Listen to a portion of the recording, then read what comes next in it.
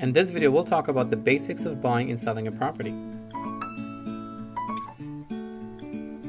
Let's pretend that this is your home and this is you.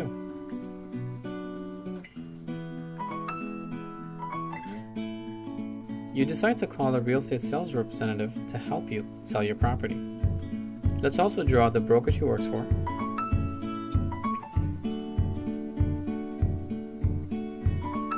Now, every seller sales rep has a different commission fee agreement with their seller for their services. In this video, let's just say they agree on 5% of the purchase price. Once all required documents are signed, now we can talk about the MLS sheet. The MLS sheet is what every other real estate sales rep sees to learn more about a property that's on the MLS. This contains the asking price, number of bedrooms, washrooms, and many other property details. It also indicates the cooperating brokerage commission. In other words, if any other real estate sales rep brings a client to purchase this property, they will be given a commission fee. In this video, let's just say they'll be given 2.5% of the purchase price. Once the MLS sheet is created and is uploaded on the MLS, we can put the sign on the property.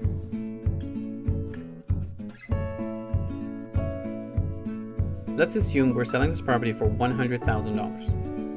Now, after it being on the market for a while and having a good amount of people coming in to see the property, let's say we find our buyer.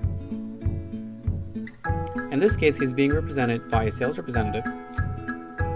Again, let's draw the brokerage she works for. Every buyer sales rep agrees on different commission fee with their buyer. In this video, let's just say they agreed on 2.5% of the purchase price, or they could agree on as per MLS. This means the buyer sales rep is okay with receiving the amount of commission fee being offered on the MLS sheet. The buyer loves the property and tells his sales rep to present an offer.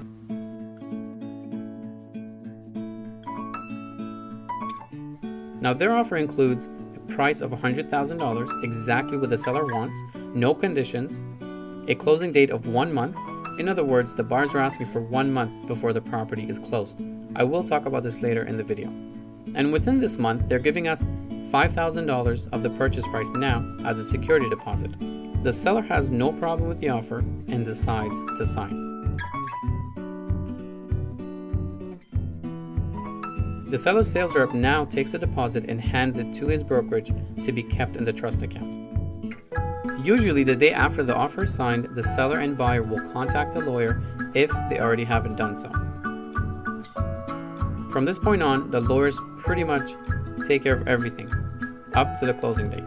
In order to complete this transaction, everything takes place on this day. Let me explain. The buyer will pay the remaining $95,000 plus his lawyer fees and other costs.